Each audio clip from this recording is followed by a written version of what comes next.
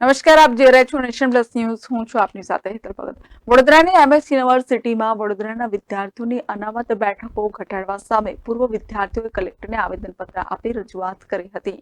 વડોદરાની એમએસ યુનિવર્સિટીમાં અભ્યાસ કરી ચૂકેલા કેટલાક પૂર્વ વિદ્યાર્થીઓએ એક રેલી કાઢીને કલેક્ટર કચેરી ખાતે આવેદનપત્ર સુપરત કર્યું હતું અને યુનિવર્સિટીના નિર્ણયનો વિરોધ કર્યો હતો. પૂર્વ વિદ્યાર્થીઓએ રેસકોર્સ સર્કલથી કલેક્ટર કચેરી સુધી રેલી કાઢી હતી.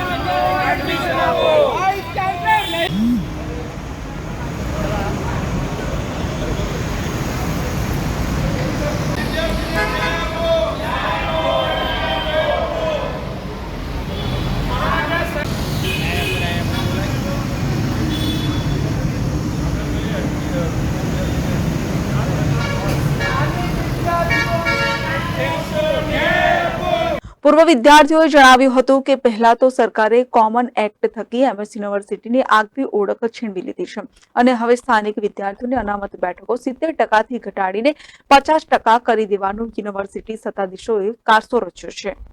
એફવાય બીકોમમાં એડમિશન મળતું હતું, અત્યારે 5340 કેમ કરવામાં આવ્યું? પહેલી વસ્તુ.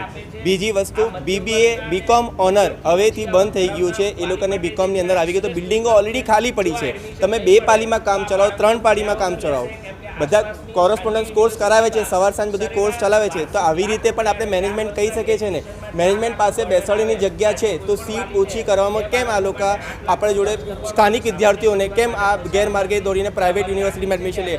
મારી એમએસ યુનિવર્સિટી છે, મારા છોકરો એમએસમાં જ ભણે, એનો અધિકાર છે.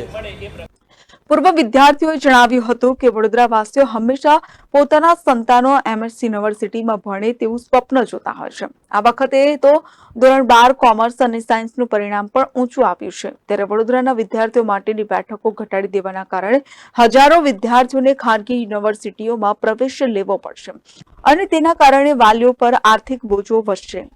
જેથી વડોદરાના વિદ્યાર્થીઓને પ્રવેશમાં પ્રાથમિકતા આપવામાં આવે તે માટે કલેક્ટર અને સરકાર એમએસ યુનિવર્સિટીના વાઇસ ચાન્સેલરને આદેશ આપે. વાઇસ ચાન્સેલર શ્રીને વડોદરા શહેરના ગૌરવસ્વામી એમએસ યુનિવર્સિટીનો એની અંદર વધારેમાં વધારે વિદ્યાર્થીઓ ભણે એવું એમનું મને કોઈ સ્વપ્ન લાગતું નથી. વાઇસ ચાન્સેલર સાહેબ જે દિવસથી એમએસ યુનિવર્સિટીની અંદર બેઠા છે ત્યારથી આ વિદ્યાર્થીઓની સીટો ઘટાડતા જાય છે.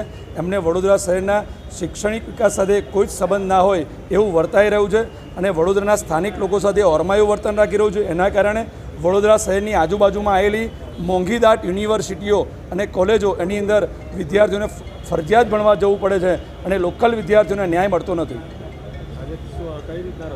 અમે રજૂઆત બધા એવી રીતે કરવા આવ્યા છે કે અમે લોકો એમએસ યુનિવર્સિટીમાં ભણ્યા છીએ, અમે બધા એમએસ યુનિવર્સિટીના પૂર્વ વિદ્યાર્થીઓ છે. રજૂઆત કરવા આવ્યા છે કે વડોદરાના લોકલ જે વિદ્યાર્થીઓ છે, વડોદરાના સ્થાનિક વિદ્યાર્થીઓ છે, એમને એડમિશન આપો અને એમને ન્યાય આપો. Report nation plus news Vadodara. સમાચારોના સતત અપડેટ મેળવવા માટે અમારી નેશન પ્લસ ન્યૂઝની યુટ્યુબ ચેનલને સબસ્ક્રાઇબ કરો, બેલ આઇકન દબાવો અને જોડાયેલા રહો ફેસબુક, ઇન્સ્ટાગ્રામ અને ટ્વિટર પર.